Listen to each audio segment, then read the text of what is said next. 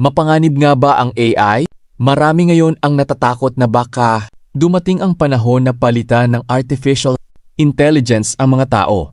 May ilan ding naniniwalang dahil sa AI, mas dadami ang fake news, mawawala ang originality ng mga content creator, at baka maging tamad na tayong mag-isip.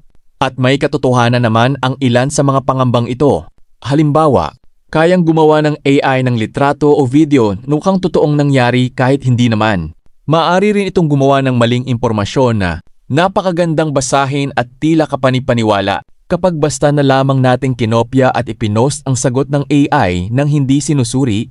Maaari tayong makapagkalat ng maling impormasyon. May panganib din sa privacy. Kapag nag-upload tayo ng personal na dokumento, address, account details o sensitibong impormasyon, maaring mailagay natin sa alanganin ang ating sarili o ibang tao. Pero ang tanong, abay ba talaga ang mapanganib o nakadepende ito sa paraan ng paggamit natin? Katulad ng sasakyan, malaking tulong ito kapag ginagamit ng tama, pero kapag naging pabaya ang gumagamit, maaari rin itong makapinsala. Para sa isang content creator, napakalaki ng maitutulong ng AI. Maaari itong maging assistant sa paghahanap ng ideya, paggawa ng outline, pag-aayos ng script, paggawa ng caption at pagpapaliwanag ng isang komplikadong paksa sa mas simpleng paraan. Halimbawa, mayroon kang isang tunay na karanasan bilang driver. Maaari mong ikwento sa AI ang nangyari at ipatulong kung paano ito gagawing 30-second video, 3-minute explanation, Facebook caption, engagement question at image concept. Sa halip na isang content lamang, maaari kang makagawa ng iba't ibang version mula sa iisang idea. Pero hindi ibig sabihin na ipapaubayan na natin sa AI ang lahat. Ang tunay na karanasan, opinyon at personalidad ay dapat manggaling pa rin sa creator. Ang AI ay katuwang lamang sa pag-aayos at pagpapabilis ng trabaho.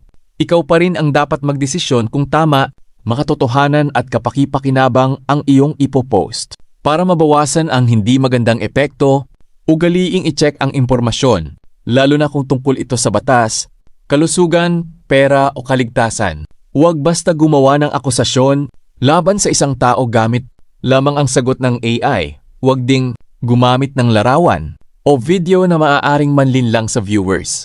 Iwasan din ang paglalagay ng sensitibong personal na impormasyon. At bago i-post ang isang script, basahin ito at baguhin ayon sa sarili mong pananalita upang hindi mawala ang iyong identity bilang creator. Sa huli, ang AI ay hindi dapat katakutan. Pero hindi rin ito dapat pagkatiwalaan ng basta-basta. Ang pinakamagandang paraan ay gamitin ito bilang assistant, hindi bilang kapalit ng sariling isip. Dahil ang tunay na value ng AI ay hindi lamang nasusukat sa bilis ng paggawa ng content.